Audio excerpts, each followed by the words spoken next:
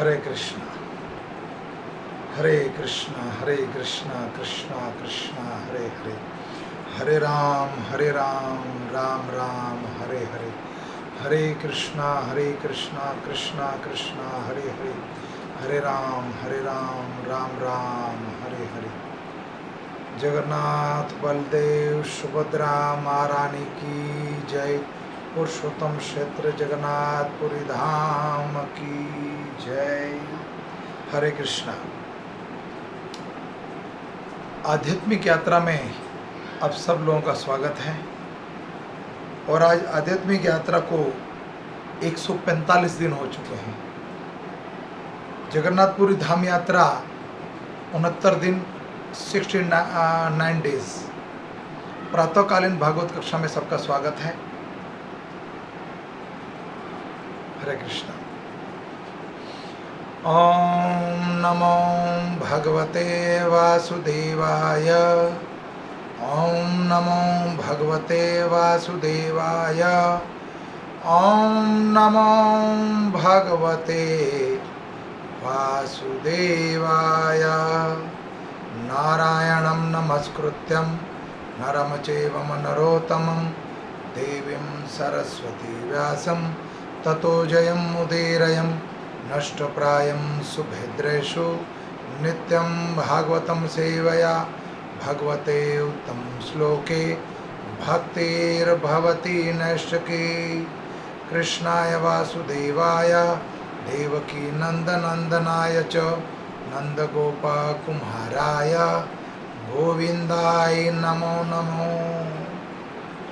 ओम अज्ञानं तिमिरं ध्यानस्य ज्ञानजनशलाकया चक्षुरूपं येन तस्मै श्रीगुरुवे नमः। वंशकल्पतरुभ्यश्च कृपासिन्धु एव च पतितानां पावनेभ्यो वैष्णवेभ्यो नमो नमो। हरे कृष्णा। जगन्नाथपुरी धाम यात्रा आधि 17 छठे स्कंद का 17वां अध्याय है, जिसमें भक्त और भगवान के पीछे रहस्य है बहुत बड़ा। तो इस श्लोक का नाम है गीता पंडा। जो आज का विषय है वो है गीता पंडा के नाम से। ये भगवान के एक परम भक्त हैं, एक निष्ठ भाव से अनन्य भाव से भगवान से प्रेम करते हैं। ये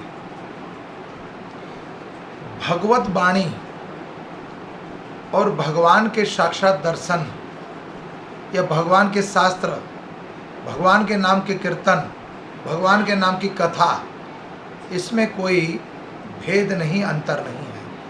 चाहे भगवान की कथाएं सुने, साक्षात भगवान के दर्शन करें, या भगवान से मुख से निकली हुई वाणी जिसको कहते हैं भगवत वाणी, भगवत गीता, तो इनमें किसी के अंदर भी भेद नहीं है।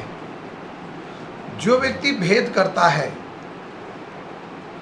उसको फल की प्राप्ति नहीं होती। जैसे तीर्थ कोई स्नान करता है, गंगा स्नान तीर्थ में, तो गंगा जल जो है वो भगवान का चरणोदक जल है। तीर्थ में जाकर कितने लोग उस स्थान को तीर्थ मानते हैं, कितने लोग उस स्थान को तीर्थ मानते हैं। तीर्थ में जाकर गंगा, पुष्कर, प्रयाग, गया, रोहिणी कुंड, राधा कुंड, श्याम कुंड, अनंत कोटि, यमुना जी इत्यादि अनंत कोटि तीर्थ है। तीर्थ में जाकर व्यक्ति अगर तीर्थ को तीर्थ नहीं मानता तो वो धर्म का पालन नहीं कर रहा है। साक्षात भगवत चरणोदक जल है। और यमुना जी भगवान की पटरानी है, जिसको कालिंदी कहते हैं। तो हमारी श्रद्धा, हमारा विश्वास अटूट होना चाहिए। और तीर्थ में जाके जो व्यक्ति माता पिता की सेवा करता है, तीर्थ में जाकर जो व्यक्ति माता पिता की सेवा करते हैं, माता पिता की आज्ञा का पालन करते हैं, ऐसे व्यक्ति भगवान को अति प्रिय होते हैं। जो व्यक्ति अपने माता पिता की सेवा नहीं करता, सामर्थ्य होने के बाद भी, शरीर से सामर्थ्य या धन से सामर्थ्य होने के बावजूद भी अपने माता पिता की सेवा नहीं करता, ऐसे लोगों के हाथों से सेवा देवतागण भी स्वीकार नहीं करते। तो हमें तीर्थ में जाकर पितृ के प्रति जो दान होते हैं, पितृ की विधि होती है, जो पैतृक संप्रदाय होती है, ऐसे पितरों के पीछे पितृदोष जैसे पिंडदान इत्यादि, या फिर श्राद्ध के महीनों में जाएं तो भगवान पीपल में जल चढ़ाना इत्यादि। हम परिवार से हैं, ग्रस्त हैं, तो हमारा कर्तव्य बनता है कि पितृ और माता पिता के प्रति जो हमारा कर्म है उसका हम पालन करें। जिस घर में माता पिता की सेवा होती हो उस घर में देवता भी बड़े चाव से सेवा लेते स्वीकार करते हैं उनकी। तो तीर्थ जो है वो तीर्थ स्थल तभी वो लाभदायक होगा, तभी फलदायक होगा जब हम जाके उस तीर्थ स्थान को तीर्थ माने, उसको रिस्पेक्ट दें, उसका आदर संस्कार करें। जब तक हमारे जीवन में तीर्थ के प्रति हम उसको तीर्थ को तीर्थ ना मानकर एक हिल स्टेशन मानकर उस जल में स्नान करते हैं तो लाभ कुछ भी नहीं प्राप्त होने वाला। अर्थ यह है कि तीर्थ में जाकर, तीर्थ पूजनीय है, वंदनीय है। तीर्थ में बड़े बड़े साधु, बड़े बड़े संत, वहाँ पर तीर्थ में गंगा के तट पर कई बार भागवत का सर्वप्रथम जो भागवत का उच्चारण हुआ वो आनंद सरोवर घाट, सप्तऋषि घाट पर, हर की पौड़ी पर, नैमिषारण्य पर ऐसे, या सुक्ताल पर। तो ये गंगा के तट पे हुआ क्योंकि भगवान ने वर दिया था एक भक्त को कि मेरी लीलाएं तो यमुना जी के तट पे जरूर है, लेकिन मेरी लीलाएं जो गाई जाएंगी, लीला कथा होगी, जो कथा अमृत का पान कराया जाएगा, वो गंगा के तट पे होगा। तो ये भगवत वाणी है। भगवान की वाणी में कोई अगर भेद करता, कोई शंका करता है तो भगवान उसके प्रति अपनी वाणी को सत्य करने के लिए, अपने वचन को सत्य करने के लिए स्वयं पधारते हैं। ये भागवतम या भगवत गीता के 9वें अध्याय का 22वां श्लोक है। तो ये शास्त्र चक्षु के द्वारा जगन्नाथपुरी धाम यात्रा में गीता पंडा की जो कथा आती है ये बड़ी रोचक कथा है और भागवत गीता के 9वें अध्याय का 22वें श्लोक के बारे में पूरा वर्णन है। सुनिए एक बार ध्यान से। बहुत समय पूर्व पुरी में अर्जुन मिश्रा नामक पंडा थे। एक ब्राह्मण थे जिसका नाम था अर्जुन मिश्रा। वह प्रतिदिन भगवत गीता का पाठ किया करते थे क्योंकि वह अपना अधिकांश समय गीता पाठ में ही व्यतीत करते थे एवं गीता में उनकी असीम श्रद्धा के कारण स्थानीय जनजीवन लोग गीता पंडा के नाम से उसको पुकारते थे। वह भगवान जगन्नाथ के परम भक्त थे एवं उनकी समर्पित आत्मा थे। जो भी घटित होता था उसे वह भगवान जगन्नाथ की इच्छा मानकर स्वीकार करते थे। वह पूर्ण रूप से अपने भगवान जगन्नाथ पर आश्रित थे। गीता पंडा पर किसी बात का प्रभाव नहीं पड़ता था। वह बहुत दरिद्र ब्राह्मण थे एवं भिक्षावृत्ति द्वारा जीवन यापन करते थे। एक बार जगन्नाथपुरी धाम में एक सप्ताह तक घनघोर वर्षा हुई जिसके कारण गीता पंडा भिक्षा मांगने हेतु घर से बाहर निकल नहीं पाए। जैसे हम लोग यहाँ पर पुजारी बोलते हैं या पंडित जी बोलते हैं, ठीक उसी तरह उड़ीसा में पुजारी को और पंडित जी को बोलते हैं पंडा। उसके पास जो था वो बहुत भोज्य पदार्थ नहीं था, वो कुछ ही दिनों में समाप्त हो गया। यद्यपि उनको अपने परिवार के साथ उपवास करना पड़ा तो भी गीता पंडा तनिक भी दुखी नहीं हुए। गीता पढ़कर ही अपना समस्त समय व्यतीत किया करते थे। अधिकांश समय प्रसन्न के क्योंकि वे भिक्षावृत्ति हेतु घर से बाहर ना जा सके एवं इस प्रकार उन्हें गीता पाठ हेतु अतिरिक्त अवकाश प्राप्त हो गया था। अपनी पत्नी उन पर गीता पंडा की पत्नी उन पर अधिक क्रोधित हुई और उन्हें बुरी तरह डांटते हुए बोली, तुम्हारे बाहर जाकर भिक्षा मांगने के बिना हम किस प्रकार जीवित रह सकते हैं? हमारे 3 संतान हैं, यद्यपि तुम बाहर जाकर उनके लिए कुछ भोजन लेकर नहीं आए तो उनकी श्रद्धा के कारण मृत्यु हो जाएगी। गीता पंडा तनिक परेशान नहीं हुए और उन्होंने अपनी पत्नी को गीता का एक श्लोक सुनाया। वो श्लोक कौन सा है? ध्यान से सुनिए। अनन्यास चिंतयन् सोमं ये जना पर्युपासन्ते तेषां नित्या अभियुक्तानाम योगक्षेमं वहाम्यहम्। किंतु वे जो सदैव भक्ति के साथ मुझे पूजते हैं, मेरे दिव्य रूप का ध्यान करते हैं, मैं उनकी आवश्यकताओं को पूर्ण करता हूँ एवं उनके धन का संपदा एवं सम्मान की रक्षा करूँगा। भगवान यहाँ बोलते हैं कि जो अनन्य भाव से मेरा भजन करता है, भगवान कहते हैं कि जो अनन्य भाव से मेरा भजन करता है उसके पास जिस चीज़ की त्रुटि है उसको मैं पूरा करूँगा, और जो कुछ उसके पास साथ समान है, संपत्ति इत्यादि जो कुछ है उसकी मैं रक्षा करूँगा। ये भगवत वाणी है। किंतु वे जो सदैव भक्ति भाव के साथ मुझे पूजते हैं, वो मेरे दिव्य रूप का ध्यान करते हुए मेरी आवश्यकताओं को पूर्ण करता है एवं उनके धन संपदा एवं सामान की रक्षा करता हूँ। भगवान कह रहे हैं जो मेरे को अनन्य भाव से मेरी पूजा करते हैं, मेरा भजन करते हैं, उनके पास जो कुछ है उसकी रक्षा करूँगा और जो नहीं उसकी मैं पूर्ति करूँगा।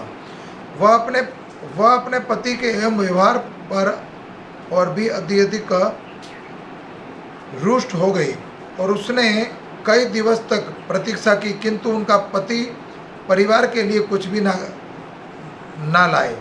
गीता पंडा उससे यही कहते हुए, यदि हम सामान्य रूप से भगवान पर आश्रित हो जाएंगे तो वह हमारी पर हर मनोकामना को पूर्ण करेंगे। उनकी पत्नी आश्चर्यचकित थी कि उसने इतनी प्रतीक्षा कैसे कर ली। उसके बच्चे भोजन के अभाव में बिलबिला रहे थे। वह अत्यंत क्रोधित थी। अपने पति के साथ वे भगवत गीता छीनकर उस पुष्ट को खोल दिया जिस पर उद्धृत था। उस श्लोक को खरोच कर मिटा दिया और उसके विश्राम पश्चात नित्य निराशा एवं ध्रुव श्रुधा में पीड़ित स्त्री एवं 3 बालक सो गए। कुछ देर के पश्चात गीता पंडा भी विश्राम करने लगे। उनके कुछ सामान्य तरल के पश्चात गीता पंडा की स्त्री ने द्वार पर दस्तक दिए हुए जाने का स्वर सुना। किसी ने द्वार नोक किया। दरिद्रता थी, कई दिनों से खाना नहीं खाया था, दुखी थे, तो रात को किसी ने दरवाजा खटखटाया। अपने बिस्तर से उठकर उसने दोनों द्वार के पाट खोल दिए और द्वार पर अत्यंत सुंदर 2 बालक खड़े हुए थे। वे अपने साथ भोजन तैयार करने हेतु अनेक सामग्री लेकर वही है मेरे को लग रहा है।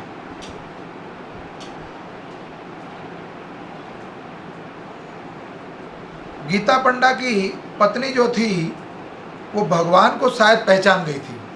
द्वार पर जो दस्तक दिया, दस्तक को सुनने के लिए तुरंत दौड़ी चली और द्वार पर अत्यंत सुंदर 2 बालक खड़े थे।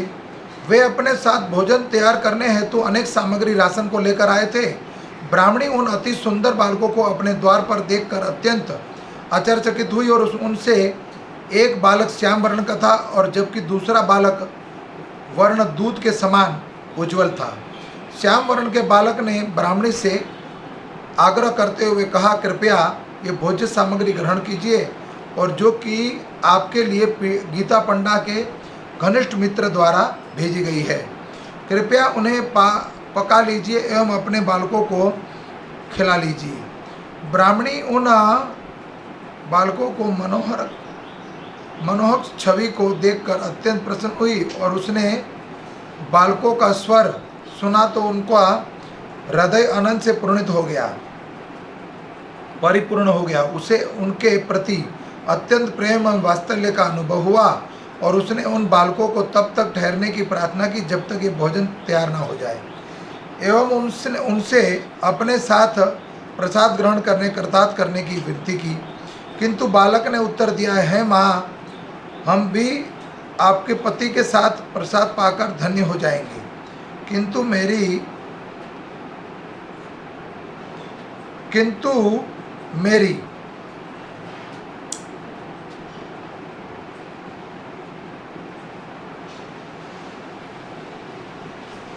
हरे कृष्णा कृष्णा कृष्णा हरे हरे, हरे राम राम राम। बालकों को तब तक ठहरने के लिए प्रार्थना की जब तक भोजन तैयार न हो जाए, एवं उनके अपने साथ प्रसाद ग्रहण करने कृतार्थ करने की विनती की। किंतु बालक ने उत्तर दिया कि हम भी आपके पति के साथ प्रसाद पाकर धन्य हो जाएंगे, किंतु मेरी जीभ कट चुकी है और मैं कुछ भी नहीं खा सकता। किंतु इतना कहकर दोनों बालक वहाँ से चले गए और विदा हो गए। गीता पंडा की पत्नी ने समस्त खाद्य पदार्थ भंडार को ग्रहण कर लिया, रख लिया और अपने सौभाग्य के विषय में बताने के लिए गीता पंडा को पुकारने लगी। जब गीता पंडा ने आकर संपूर्ण भंडार गृह को विभिन्न प्रकार से खाद्य सामग्री से परिपूर्ण देखा तो उन्होंने अपनी पत्नी से पूछा, क्या तुमने उन बालकों को भोजन कराया?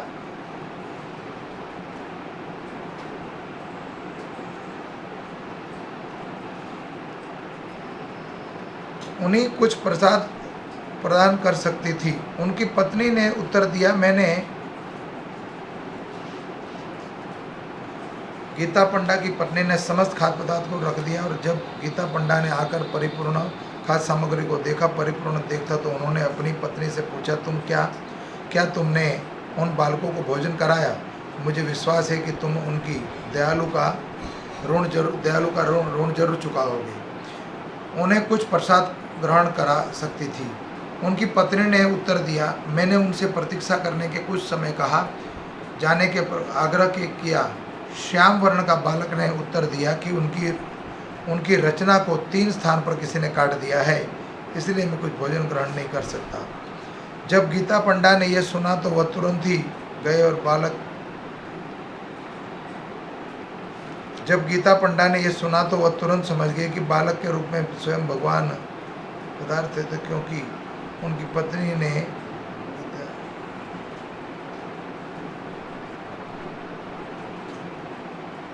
वह उनकी पत्नी ने गीता के श्लोकों को 3 स्थान से काट दिया था।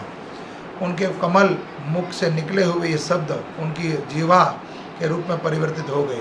गीता पंडा की पत्नी को अनुभव हो गया कि भगवान ने अपने उस वचन का पालन करने हेतु अपने परम भक्त के द्वार पर स्वयं भोग लेकर आए हैं और कि मैं अपने भक्त का सदैव पालन पोषण करता हूँ। तुरंत ही गीता पंडा और उनकी पत्नी क्षमा याचन करने के लिए कृपा हेतु कृतार्थ व्यक्त करने के लिए श्री जगन्नाथ मंदिर जाने की तैयार हो गए और जब वे मंदिर में वेदी के निकट पहुंचे तो उन्होंने भगवान जगन्नाथ के होठ पर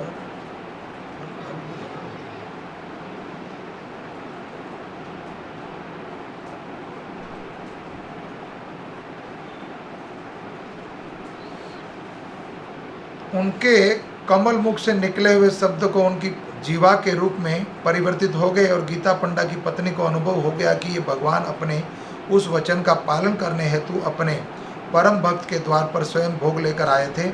वे अपने भक्तजन का सदैव पालन पोषण करता हूँ। तुरंत ही गीता पंडा और उनकी पत्नी क्षमा याचना करने उनकी कृपया कृतार्थ व्यक्त होने के लिए वे जगन्नाथ मंदिर जाने को तैयार हो गए और जब वे मंदिर की वेदी के निकट पहुँचे तो उन्होंने भगवान जगन्नाथ के होठ पर उनकी दृष्टि पड़ी तो भगवान जगन्नाथ के होठ पर 3 स्थान पर उनके होठ कटे हुए हैं और उन होठों के स्थान से रक्त बह रहा है। भगवान साक्षात भगवत गीता में बोल दिया भगवान ने अनन्य भाव से, जो श्लोक है 9वें का 22वां, इसमें सिद्धांत प्रस्तुत कर दिया भगवान ने कि जो मेरी भक्ति भाव से करता है उसके पास जिस चीज़ की आवश्यकता है उसको मैं पूरा करूंगा और जो कुछ है उसकी मैं रक्षा करूंगा। तो भगवान कृपा सिंधु दीन बंधु दीनानाथ जगतपति है वो। तो कभी किसी को भूखा सोने नहीं देंगे वो, ये विश्वास है हमें। इस कथा में कोई त्रुटि रह गई हो तो क्षमा चाहता हूँ। धन्यवाद। हरे कृष्णा।